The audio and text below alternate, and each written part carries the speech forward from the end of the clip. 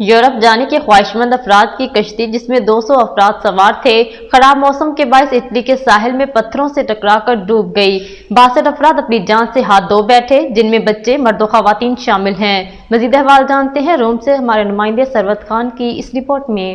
ترکی سے یورپ جانے والی کشتی میں 200 افراد امیگرانٹس کی کشتی خراب موسم کے باعث پتھروں سے ٹکرا کر سمندر میں ڈوب جانے سے 62 افراد کی لاشیں نکال لی گئی ہیں جن میں 12 بچے بھی شامل ہیں۔ 80 افراد کو ہسپتال منتقل کیا جا چکا ہے جن میں زیادہ کی حالت تشویشناک بتائی جاتی ہے۔ یہ لوگ ترکی سے کشتی میں سوار ہوئے تھے۔ اس کشتی میں صرف 70 لوگوں کے بیٹھنے کی جگہ تھی لیکن انسانی سمگلروں نے پیسے لے کر 200 لوگوں کو سوار کر دیا۔ سمندر میں موسم کی خرابی کے باعث اٹلی کے ساحل کلابریا میں یہ کشتی ڈوب گئی۔ مرنے والوں میں زیادہ کا تعلق پاکستان، افغانستان، ایران اور فلسطین سے تھا۔ اطالوی وزیر اعظم جارجیا میلونی نے انسانی سمگلروں پر الزام لگاتے ہوئے کہا کہ خراب موسم کی پیش گوئی میں 200 افراد کو صرف 20 میٹر لمبی کشتی میں بٹھا کر مردوں، عورتوں اور بچوں کی جانوں کا تبادلہ کرنا غیر انسانی ہے۔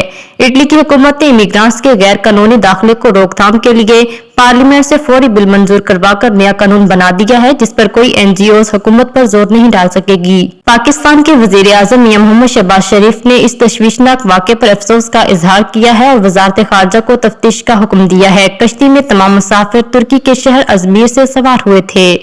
مزید اپڈیٹس کے لیے دیکھتے رہیے انڈر گراؤنڈ نیوز۔